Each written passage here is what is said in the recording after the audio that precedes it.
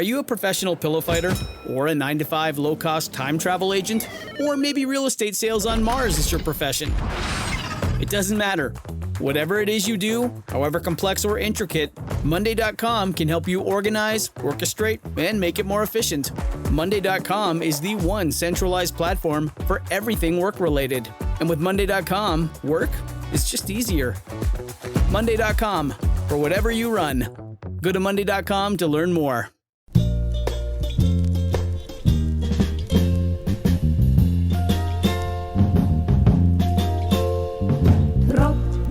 Regen auf mein Kopf. Hinter via Deckelbusse, sie kleine Fahrt im Top. Geht mir kein Sach mit, die Tropfen von Regen auf. Hey everyone, welcome to Kill Me Now with Judy Gold. I'm your host, Judy Gold, and this week we have part 2 of my conversation with the very talented, very original Ashley Ray, which I recorded this summer, and yeah, she's pretty damn amazing. I hope you enjoyed part 1. I just got back from Florida, where I had a fantastic show at the Sunshine Cathedral for the Performing Arts, and what a great crowd, and very diverse too. It was lesbos and gay men and straight people, and it was really. It just feels so good to laugh. It feels so good to laugh. And to just get together and for an hour and a half, just like not think about all the shit that's going on in this world, which is a lot of shit. But what was fun was Sunday, I went to a brunch for alumni of a wider bridge who went on, the mission I went on this summer, the LGBTQ plus mission I went on in Israel this summer. And it was, of course, all we could talk about was what's going on in Israel right now, but it was so nice to be around Jews and gays and gay Jews and Jewish gays. No, it was really wonderful. So, we talked a lot about how hard it is that when you talk about this topic, someone's always going to be angry. But the thing that I really want to say is that I never realized there were so many experts on the Middle East crisis, because a couple of weeks ago, they all came out of the closet because these people know the entire history and what they're protesting. So that's great that everyone's done their due diligence. Really, people, read about the conflict. Do your homework. It's not that hard. And then form your opinion. But do the due diligence. Because this is ridiculous. The misinformation that is being spread. I just want to also say the feminists who don't speak up about women being raped, all the feminist organizations who don't speak up about what Hamas did to these women and babies, and the LGBTQ community, that QIA plus, that is protesting. I'm talking about anti-Israel and saying pro-Hamas things. You can criticize Israel and their government just like you can criticize our country and their government. But if you're LGBTQ and you're pro-Hamas, which a lot of them are saying Hamas is resistance fight, Hamas, they're a bunch of terrorists. Please go be my guest and go be gay under the Hamas regime, in Gaza. Go be gay, have fun, and enjoy. Nobody wants innocent lives lost. I think we can all agree on that. But I have to say, Israel does have a right to defend itself in this horrible situation. And I just, I wish people would just do their homework and stop and stop scrolling and watching all this shit. It's not good for you. Take a fucking break, even though it's all I can think about. But anyway, So I had a lot of fun in Fort Lauderdale. I went to this place called 9F, which I've been to before. It's a bar, and it's owned by two women, and it's just lovely. So Carol and Nancy. And so let me tell you about all the stuff that's going on. So this Saturday, I'm at Soul Joel's inside Sunnybrook in Pottstown, Pennsylvania. Pottstown, Pennsylvania, where the book, The Heaven and Earth Grocery Store, which I read a month or two ago, that book by James McBride takes place there. So I'm so excited to go. That's on Saturday night, the 10/28, and the amazing Liz Glazer is opening for me. It's going to be such a great show. So that's the 28th of October. And then I am in Long Island on the 3rd of November. And then I'm at the Marcus Jewish Community Center of Atlanta on November 11th. But on November 6th, people, at Gotham Comedy Club at 9:30 p.m., I'm doing a benefit for the National Coalition Against Censorship. And that is a star-studded event. It is going to be so amazing. I'm hosting. We have Mark Normand. We have Rich Voss. We have Adrian Iapolucci. We have Yamanika Saunders. We have Mateo Lane. It's going to be, and two other special guests that are very, very beloved and hilarious comedians. It's going to be a great event. That's November 6th, Monday night, 9:30 p.m. I know it's late for some of you, but it's going to be a great show. And 100% of the proceeds are going to the National Coalition Against Censorship. So that is that. What else do I have to tell you? I don't know. I'm not looking forward to daylight savings time ending, and I'm not looking forward to my total knee replacement surgery on November 20th. But other than that, I look forward to hearing from you, and I'm so happy that you listen.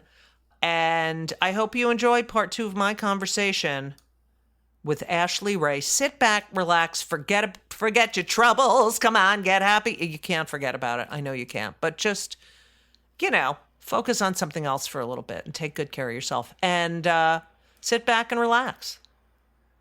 And enjoy part 2 of my interview with Ashley Ray. You went into this advertising job, and you start doing stand-up. You start doing open mics. Yeah, and you're working during the day. Yeah. And then this totally reminded me of me, because when I started doing stand-up in college, and then I got a job in advertising when I graduated, but I still went out and did stand-up at night because I didn't want to be one of the comics who was like, I have no money.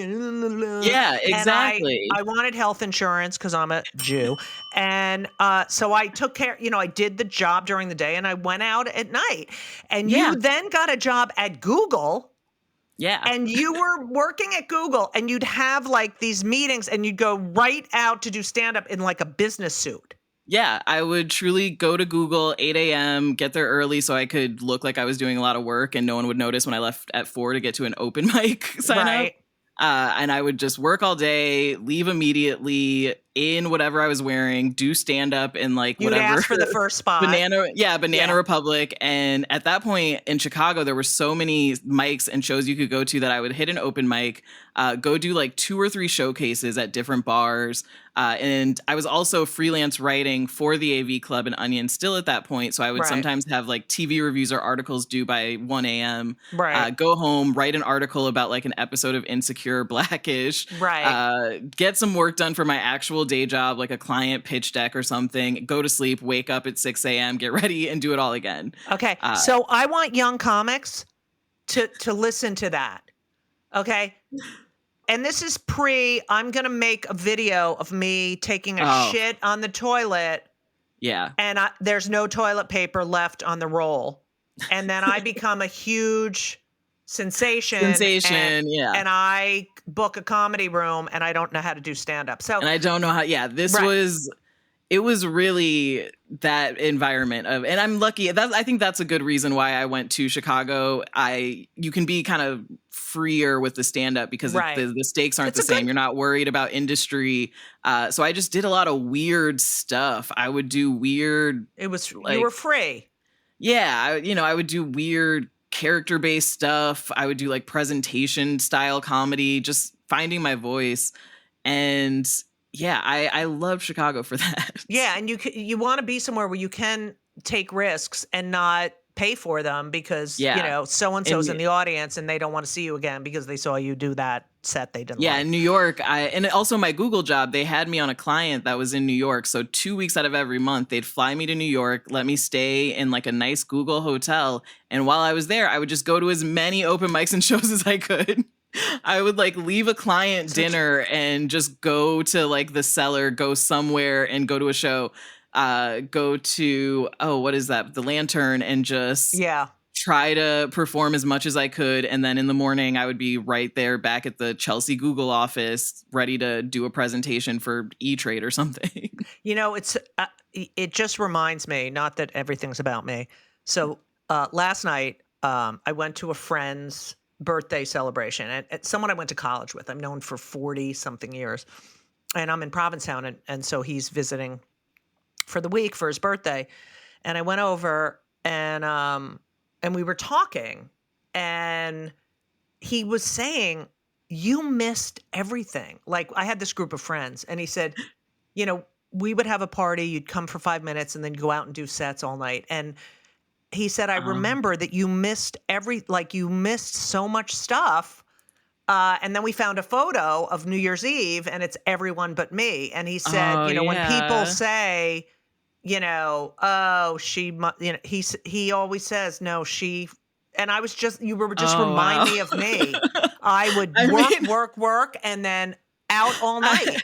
I was just thinking recently, the last 3 New Year's Eves I've been on stage when the clock struck midnight. I've been doing shows, every single one. Ashley, you're going to get to a point where you go, fuck New Year's Eve, and you don't work on New Year's Eve. Now, I know it's good money, but it's a fucking hell gig. But guess what happened? My lover, Elisa, her birthday's New Year's Eve, and since like 2009, I have not worked on New Year's Eve. I've celebrated her birthday. Woo! That's the dream. I can't say no to it. I did the store last year, money. And I was like, oh, that'll be special. I'll start my year at the Comedy Store. It's like I'm not there all the time. Like, okay, I really want to talk in this last section of our interview about the fact that you really studied minority television and international television.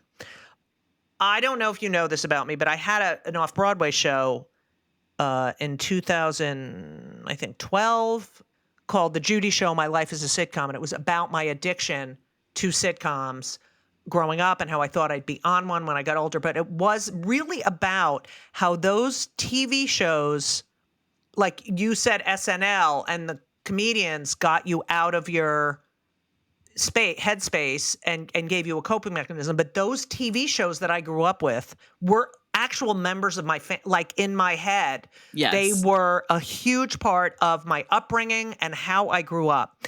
And I have often thought about growing up. I grew up, we lived in Elizabeth, New Jersey until I was about almost 6. And then we moved to a very racist town because the town that we wanted to move in, the realtor told my father in so many words, you're a Jew, so you shouldn't come here. So we lived in like an Italian Jewish neighborhood, and they were very racist on the other side of town. And when I did this show, I would have talkbacks and I thought, who cares about that? And it was amazing how television and sitcoms affected people. The fact that there's no representation. I mean, I know as a lesbian, there was no representation.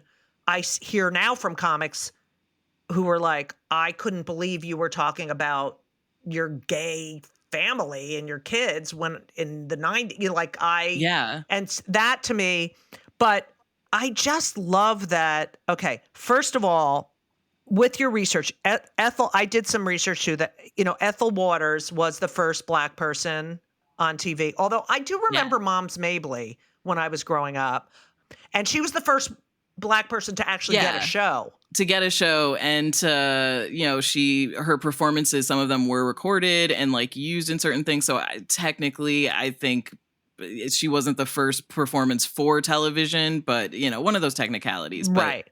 You focused on minority television, and you went to Germany.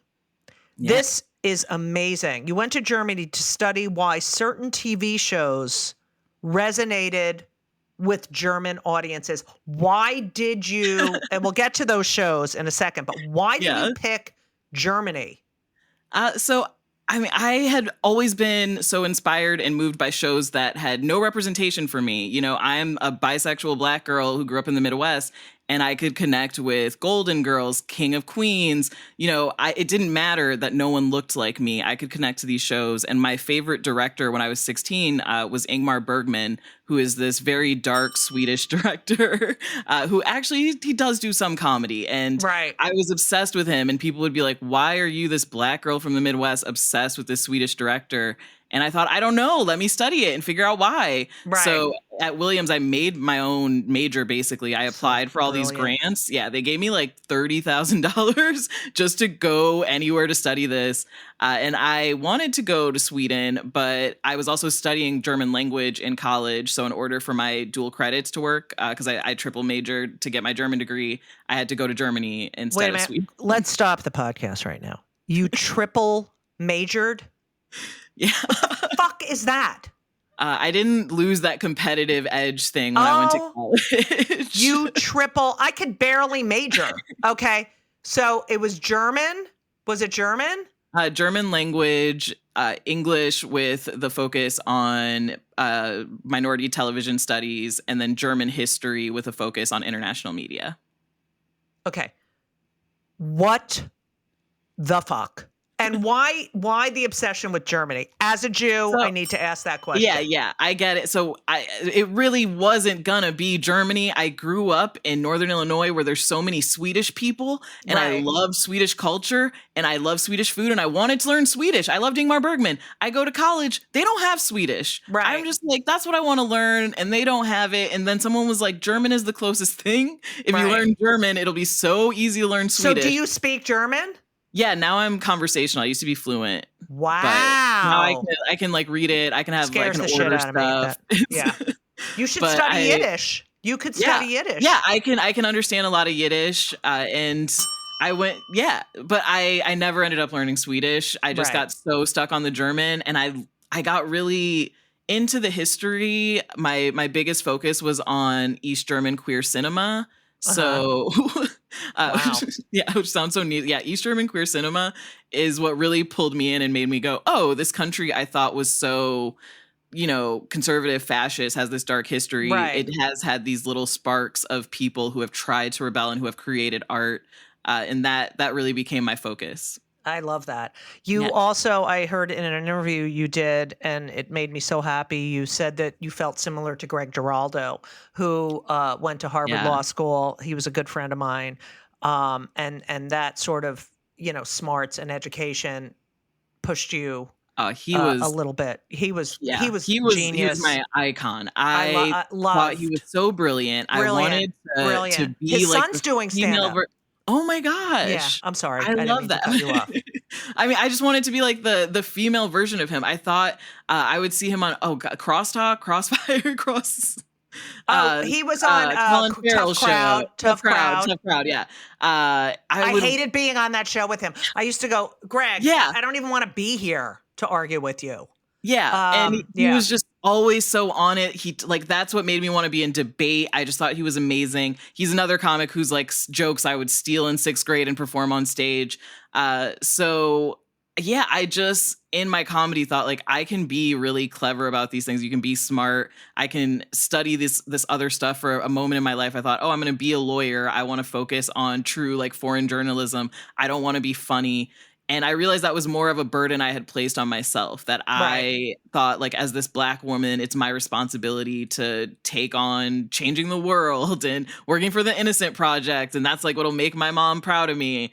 And all I really wanted to do was like improv. I just wanted to like go join the state and like I'm go going to work introduce you to Greg Jr. when you come to New York. Please, because he's the greatest. Yeah. Okay. But also at the same time, he dealt with like a lot of dark issues, and you know, I had that drive and that need to be so competitive. I think did have some, you know, negative influences on my life. I struggled with a lot of depression when I started stand up. It was a lot. Yeah.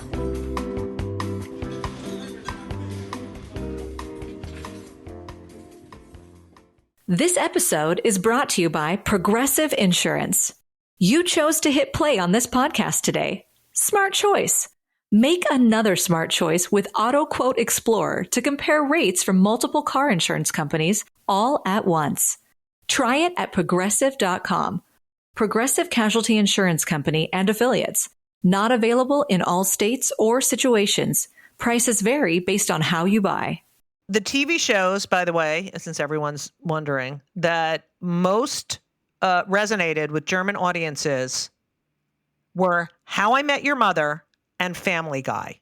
And you said that Family Guy, they thought it was an accurate portrayal of Americans and their political belief. I mean, they didn't see it as like the satire we see, you know, where we know it's making fun of these sitcom tropes, because they don't have those same tropes. They don't know, oh, you're making fun of the doofy dad with the hot wife. They're just like, oh, this is the standard there, you know, men are so big and kind of doofusy, and the women take care of everything in the house. Which, I mean, yeah, it's basically true. And they thought How I Met Your Mother, the Barney character, we see him as a gross sex pest, you know? He's disgusting. Over there, men had posters of him. He's like their Scarface. Oh my God. Over there, they're like, he's the Uberman. She has the blue eyes. He's blonde. he gets all the women. And men there truly didn't realize, like, he's a character that we hate. Like, he's there to be laughed at. They were just like, oh, I love Barney. I bought his book when they did that, like, stupid Barney's Rules book. Yeah. Men there were obsessed with Barney. It's crazy.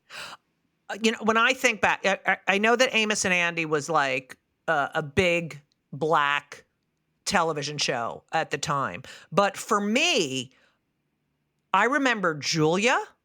I was a little girl, and Julia was a nurse, a single mom and a nurse. And it was huge. I remember her on the cover of magazines, and I loved that show. And she was beautiful. And, I mean, I also remember, what's it called? Yeah, that was one of the shows that inspired me to pick that major, because by the time I was in college, it was so hard to find it anywhere to watch. This was the like move to streaming, and a lot of Black shows weren't being included in that shift. So I think my professor had VHS copies she found in her basement that she like let me borrow to watch the show. So yeah. I mean, that's the one Black woman. I mean, also on To Serve with Love, there was a Black teacher, I think. Yeah. I mean, this was, you know, here I am growing up, and I see Julia. That gets canceled like 2 or 3 years in or something.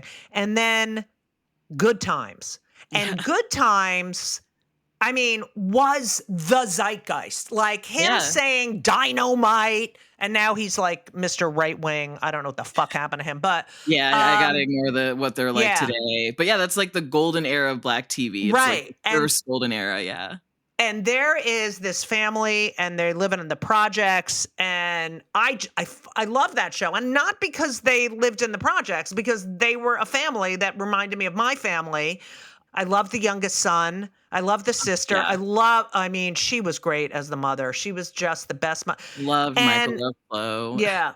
It was great. So then we have that. And then we have the Jeffersons, which is the complete opposite of Good Times. And it's, first of all, best theme song of any television show ever. We're moving on up. I do like the Good Times theme song more. Yeah, it was good too. Yeah, it's good. I just love how they hit that hanging in a child line. That's just Good Times. See, you gotta hit it. Yes. Good times, yeah. We better Like, got we got 'em. 'em. Da da da da da. Good Good times.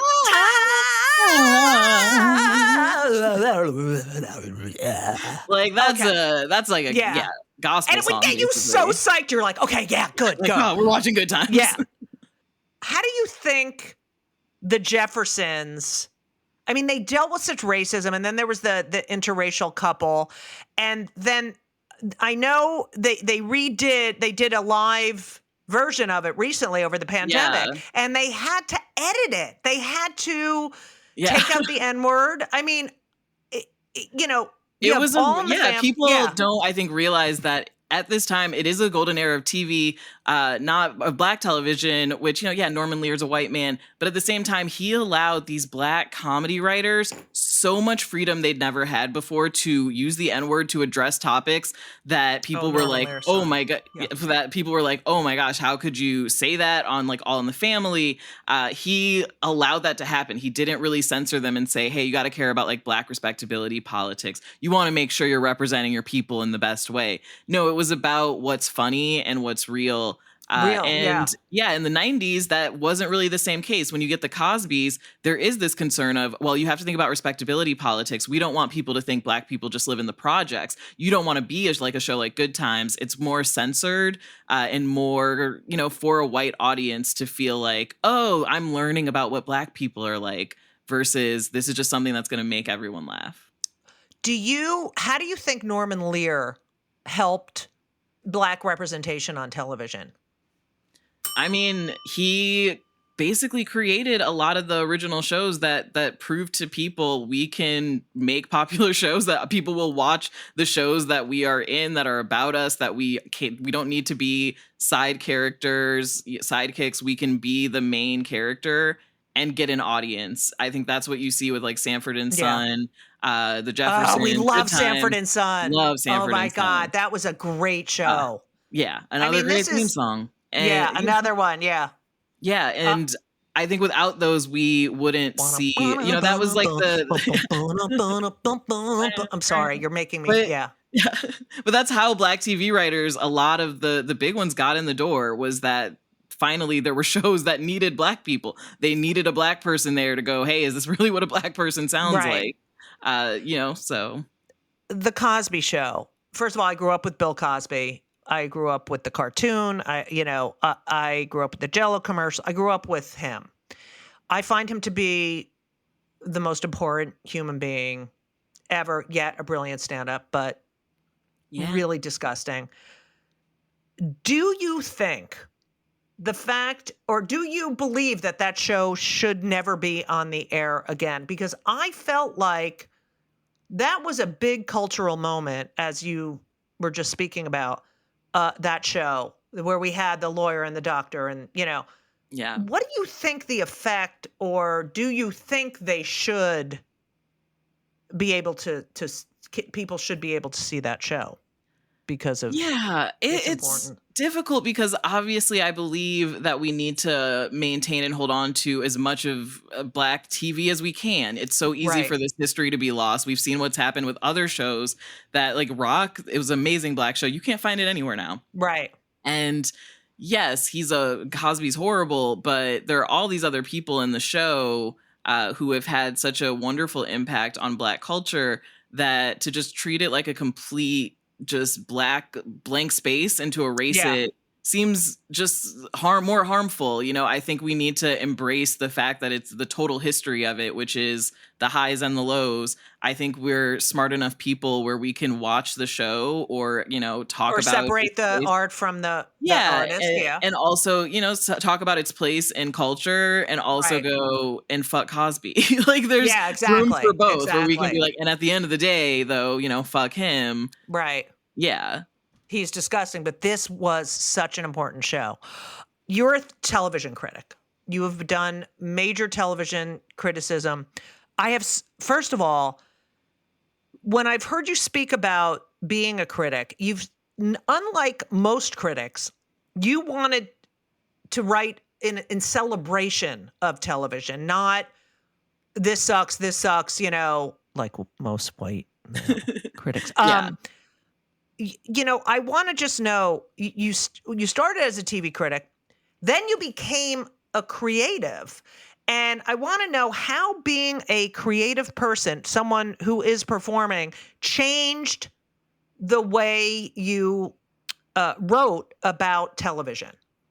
Yeah, I really loved being a critic because I had such an appreciation and love for TV, but I always knew I wanted to write TV. I wanted to keep doing stand-up. So at a certain point, when I was really doing a lot of stand-up and getting festivals, I had to, tell my editors, I don't feel right, critiquing a show that a comic I've done a show with writes on. Or I'm not going to, I'm not going to critique someone else's stand-up set. That's, I'm not going to do that unless it's someone like Tiffany Haddish, who's super famous and, right. Not like someone I'm going to run into. Right. So I started kind of putting up those rules with myself because I understood that to be a creative, you have to pick a side. You can't really toe the line because creatives do not like that. And so in 2020, I completely stopped doing TV criticism. I decided to only focus on reality TV from then out because I got my first TV writing position then. I'd moved to LA and so many stand-ups were like, oh, I think you're so funny. But, I did read that AV Club review you wrote of a documentary I made 8 years ago that you didn't give a good grade. So I hate you forever. Right. And I was at a party and Quinta Brunson came up to me. We started talking and she was like, I think you're really funny. I think you're so smart. And I think you need to choose. I think you need to pick. Yeah. Are you a creative or are you a critic? Because if you're a creative, you have to be over here with us. You have to be creating, putting your heart out in the world for other people to critique it. And right now you're hiding behind the critique and the creativity isn't out there. We're engaging with your articles, your criticism, but at that point, I probably only had a few stand-up clips. I hadn't done like a special. I don't have an album that people can, sit and tear apart. Have you read a critique of anything you've done? One thing about being a critic, especially for a place like the AV Club, is you learn pretty quickly. You don't have to read what people say about you. Right. I don't read reviews. Yeah. Yeah, I don't read it. And the AV Club, I would get so many commenters who were like angry white guys who would just be like, I don't even like that the AV Club is writing about Blackish. And what happened to this site just writing about shows that matter, like The Sopranos? Shut the fuck up. I was just so used to ignoring that. But, now I have way more sets up. I have a podcast that people rate me on constantly. Right. People, talk about whether they like my jokes, my tweets, everything. Right. But honestly, I love that I came from being a critic because I just don't care. I don't have. Yeah, I love that I was too. a critic, I know what they say doesn't matter. Right. They're just some person making it up.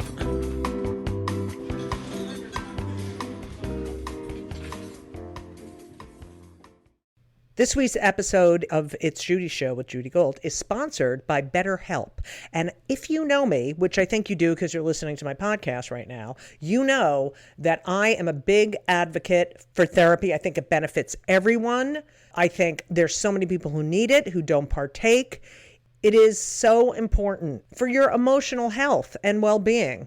Therapy is fantastic. It is in every stretch of the imagination. And if you're thinking of starting therapy, please do it. But please give BetterHelp a try. It is entirely online. It's designed to be convenient. It's flexible. It suits your schedule.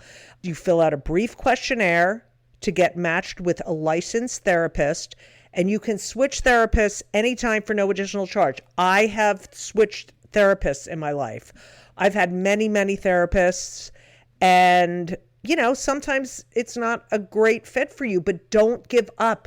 Therapy is beneficial. You can learn about yourself. You can process and just be emotionally healthy. I'm telling you, do it. BetterHelp is great because, when I used to schlep to my therapist's office, it was so annoying. You have to do it and you sit there and you wait. And then I'm telling you, doing it online is fantastic. And BetterHelp is amazing. I know a lot of people who've used it. So if you're thinking about therapy, go to BetterHelp.com. Let the gratitude flow. This is Gratitude Month, people. So you need to let the gratitude flow with BetterHelp. Visit betterhelp.com/JudyGold, JudyGold, today, and you will get 10% off your first month. That's BetterHelp, HELP.com/JudyGold. You're welcome. I want to know, do you think multicams will ever come back? The sitcoms I grew up with. Do you think that genre will ever come back? I do. And Really?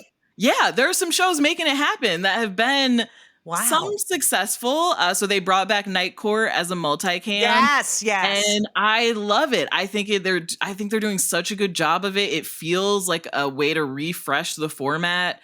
They did have Call Your Mother, which had Kara's. Oh, I don't remember that lady's name, so I'm not even going to try.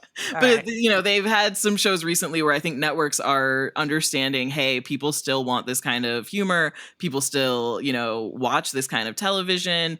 We even see streamers doing it. Netflix, they've had a few shows now that are multicam. So I think it works and people want to do it. It just has to be good content. It has to really be a strong script.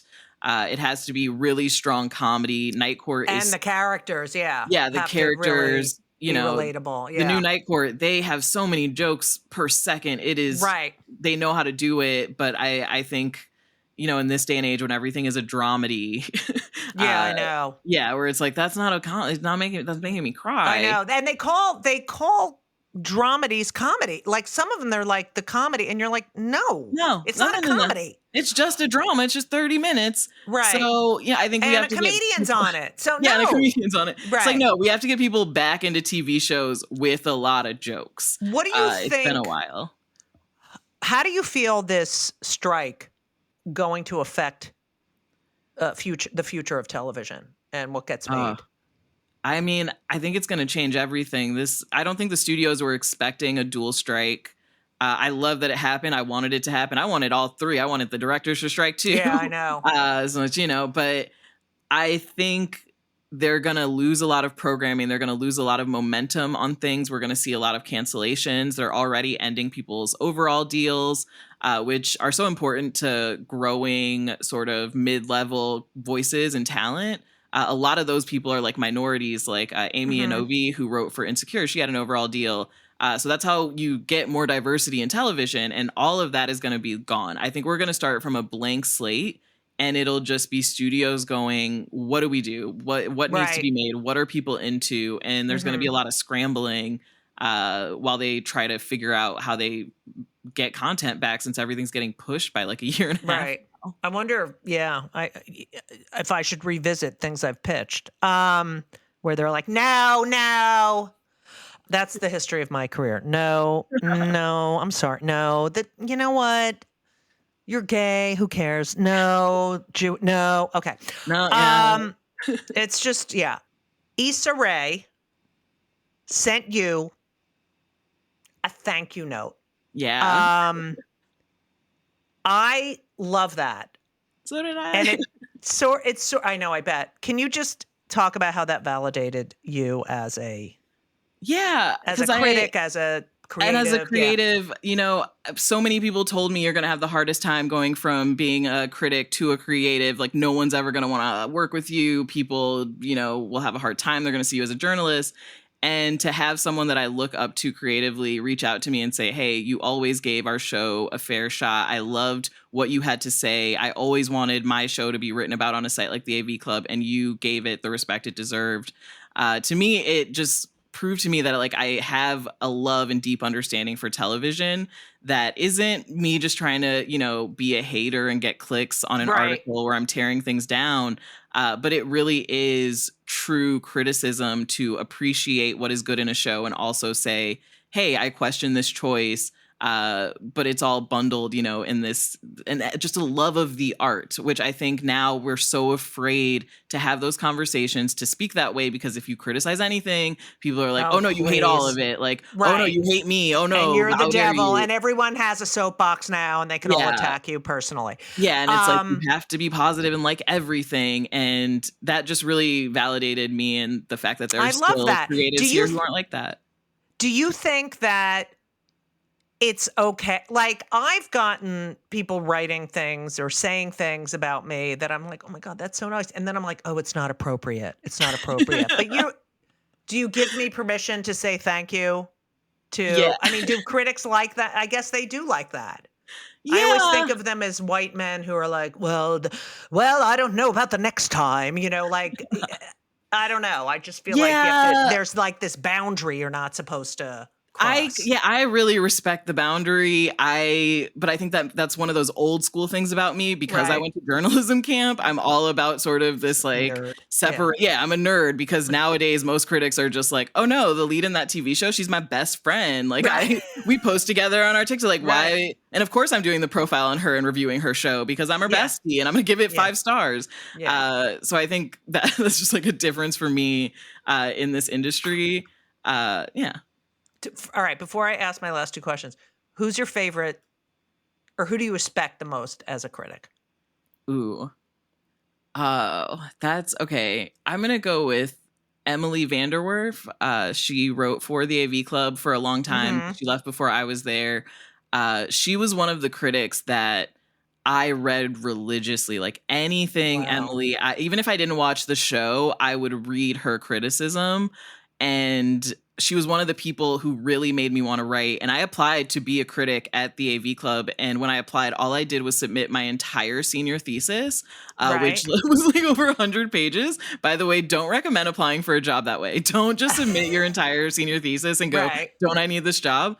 But I did that. And a few months later, Emily did a article on Sanford and Son and the history of Black TV. Yeah. And when I got a job there, at some point I got to talk to her, and she was like, yeah, you sent in your thesis, and that inspired me to write that. Oh, wow. And I was just like, oh my goodness, somebody actually read it and cared. And I love that. She writes for Vox now and a few other places, but she was one of the people who, when we disagreed on a show, she would say, let's have a panel and actually discuss our different points of view instead of feeling like it was an attack. So I always think of her work. Oh, I love that. And I love that it's a woman. Okay. First of all, thank you for doing my podcast. You're just the greatest. And thanks for helping me. Always. I always ask my guests 2 questions. I think I know the answer to the one. The first one is what you do for your mental health. I know you took your Wellbutrin this morning. I took my Paxil last night. So do you do anything else besides the meds or? I smoke a lot of pot, and I'm polyamorous, so I date a lot and have a lot of sex, I guess. That's great. Mazel tov. Yeah, it's pretty fun. Wow. I really don't have a lot of time for that. Okay. I call my podcast Kill Me Now because everything gets on my fucking nerves. To the point, it's not normal, the reaction I have to things that annoy me. So what pisses you off and makes you fucking so crazy? Right now, it is documentaries on Vice that make me feel old. They're doing a whole series that's the dark side of the 2000s. And they're talking about TRL with slow dramatic music and voiceovers. It's a Ken's Burn documentary. Right. And I'm just that's not long ago. Stop it. This is not old. I know. What is that? I feel so old with these things. I'm like, that happened yesterday. That happened yesterday. They're truly just dark side of the 2000s. Remember when Lindsay Lohan got in a car with Britney Spears and Paris Hilton? And I'm just yeah? Yeah. Yeah, it's still a meme. It just happened. What? Yeah, it's what about improv. It? Yeah. And they're just well, it's so dark. And I'm just stop making me feel old. Stop doing this, okay? You know what, Ashley? You don't know what it's like to feel old, okay? Right? I mean, I just got back from Just for Laughs, and it was they're all 32, and I'm like, how old's your mother? And their mothers are younger than me, and I'm I'm fucking, what the fuck? Okay. I'm 32. I didn't get JFL Oh this God, year. I hate but you. How old's your hopefully mom? next year. She's 72 now. Okay, I love that. I love that. Yeah. Okay. She's an older mom. Good. So yeah, my mother was 41 when she had me. Oh God, we have so much in common. Okay. Yeah. Ashley, I can't thank you enough. You are a delight. I wish you only the best, and I really would love to get together. I know you're not a big fan of New York, but when you come to New York, I would love to get together. I love coming for stand up. I'm going to come this fall. My album will be out. I'm going to do a bunch of shows. Awesome. So, Name of album, please. Ice Cream Money. Ice Cream Money. Woo! Okay. We will promote that. And thank you. I can't thank you enough. Thank you. You're welcome. Regen auf mein Kopf. Thank you so much for listening to part 2 of my conversation with Ashley Ray. This wonderful podcast, Kill Me Now, is produced by Laura Vogel, edited by Colin Schmaling, marketed, posted, everything by Brittany Joe Sowards Richmond. What else do I have to say? I talked about all the gigs I'm out. This Saturday, I'm in Potsdam at Soul Joel's. Please buy tickets to the show on November 6th at Gotham for the National Coalition Against Censorship. It's going to be an amazing show. Yeah, lots going on. I also wanted to recommend some books to you that I enjoyed. Noah Tishby wrote a book about Israel called Israel, the Most Misunderstood State. And let me look up the exact name of the book. It's a really great book to learn. It's an easy way to, it is what it is. It's a simple guide, okay? A simple guide to the most misunderstood country on earth. Came out in 2021. It's a easy read and you will learn a lot. So why don't you buy that? It's Hanukkah's coming up. Buy that for your friends. Just read something. I also love Jews Don't Count by David Badiel. It's a really good book. It's very short, and it's really interesting. It's a quick read, and it's an important read. And there's just so many books out there, and there's so many opinions. I get people writing to me all the time. I love you, but you're wrong, and it's like, I am what I am. I am what I am. And what I am, I have, I read a lot. I read a lot about this topic, and I have been to Israel multiple times, and I have formed my opinions about the conflict on my history, about my father served in World War II. I don't, 2%. I mean, it's awful. The whole thing is awful. But you should ask yourself some questions, before. I mean, people pulling down posters of American hostages that are held. Like, what the fuck is that? What kind of act of disobedience is that? And blaming Jews, American Jews, for what happened over there. The anti-Semitism is 488% increase. I mean, it's ridiculous. And that's where my head is at. Do what you have to do, but the best thing to do is to learn and to listen. To learn and listen. Because whatever you're saying, what is that quote? Whatever you're saying, God, there's a quote that's basically when you talk, you already know what you're talking about. When you listen, you're learning something. So, whatever. I just pray for peace. I pray for the Jewish people. I pray for the innocent people who are caught in this. The innocent Palestinians are caught in this. Hamas is fucking shit and crap and duty and bullshit. And I am, I believe Israel has a right to exist. But yeah, that's how I feel. So do yourself a favor and read, and then just go do nothing. And we got to take a break. I think it's really affecting people's mental health. I've talked to family members, and they're just so down and depressed. And I get it. It's like I have a stomachache all the time, but you got to take care of yourself. So I'm thinking about you. And if you're still listening, I'm just loving you more than anything in the entire world, as you know. But yeah. So thank you. You are the best. And come see me live. And as we always say, so long.